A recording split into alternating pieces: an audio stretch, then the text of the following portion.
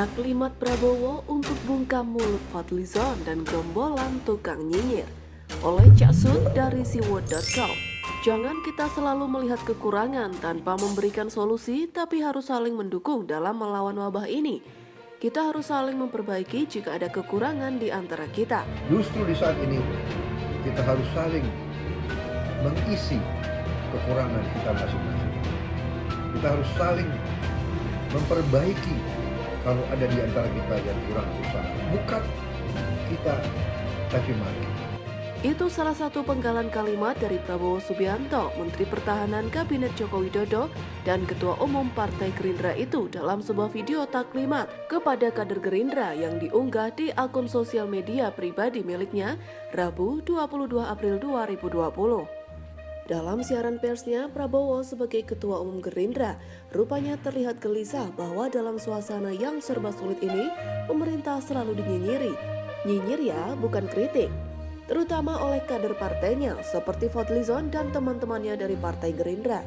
Sebagai orang yang di dalam pemerintahan, Prabowo akhirnya merasakan sakit dan pahitnya. Sudah bekerja habis-habisan malah dinyinyiri terus. Rupanya Prabowo gerah juga melihat kelakuan para kader partainya yang bukannya mendukung pemerintah seperti dirinya, malahan sibuk nyinyir di medsos dan media elektronik lainnya yang akhirnya menjadi kontraproduktif bagi pemerintah, termasuk dirinya yang bekerja di dalamnya.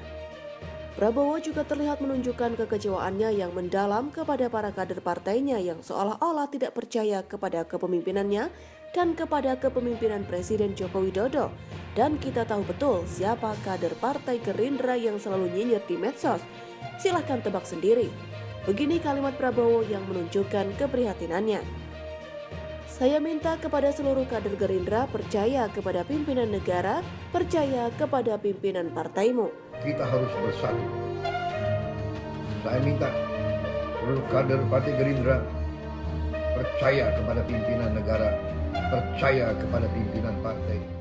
Tidak lupa Prabowo juga memberikan kesaksiannya dan mengaku bahwa selama menjadi anggota kabinet, Presiden Jokowi merupakan sosok yang terus berjuang demi kepentingan bangsa Indonesia. Saya bersaksi bahwa beliau terus berjuang demi kepentingan bangsa, negara, dan rakyat Indonesia.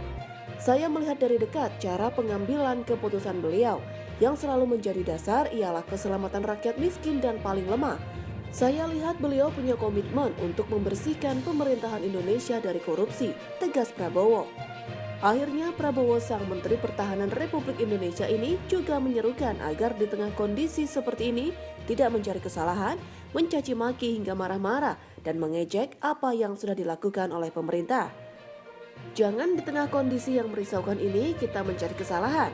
Kita pasti sebagai manusia buat kesalahan dan kurang. Justru di saat ini kita mengisi dan memperbaiki, bukan caci maki, marah-marah dan mengejek.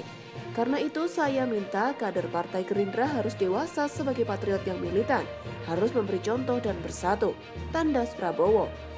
Bisa kita mengerti apa yang Prabowo rasakan. Sebagai orang dalam pemerintahan Jokowi, Prabowo melihat apa yang dilakukan oleh para kader partainya yang sibuk nyinyir kepada pemerintah, begitu menyakitkan hatinya.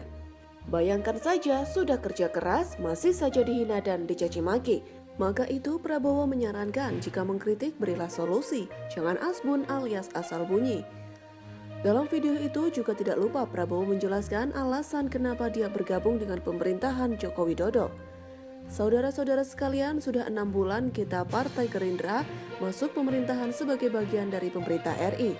Sebagai bagian dari koalisi pemerintah, saya putuskan waktu itu untuk melakukan langkah besar rekonsiliasi nasional dengan mengesampingkan kepentingan partai, perasaan pribadi, dan segala sesuatu yang menjadi pikiran kita pada saat itu.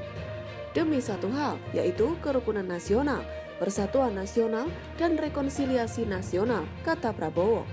Di sini Prabowo menjelaskan posisinya bahwa ia seorang nasionalis dan tidak ada tempat bagi para pengasong khilafah, HTI dan ormas-ormas lainnya yang ingin mengganti Pancasila dengan ideologi impor. Jadi untuk para pengasong khilafah, ormas terlarang HTI dan simpatisannya, sadarlah NKRI bukan tempat Anda.